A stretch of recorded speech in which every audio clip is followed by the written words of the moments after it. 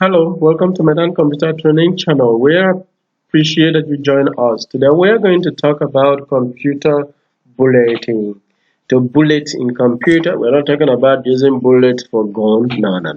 We are going to briefly discuss about how to customize our bullet. Many of us are familiar in how to go about putting bullets in our work, but today we are going to discuss about how we can customize the bullet to suit what we want. To customize our bullet, please kindly click on that bullet icon. Come down to define new bullet.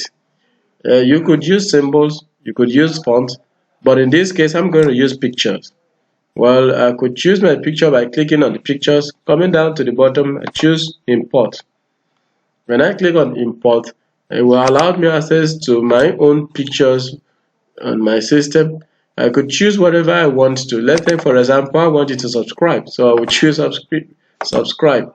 And when I insert it, you can see it. Let me zoom it so you could have a better view of what I have just done.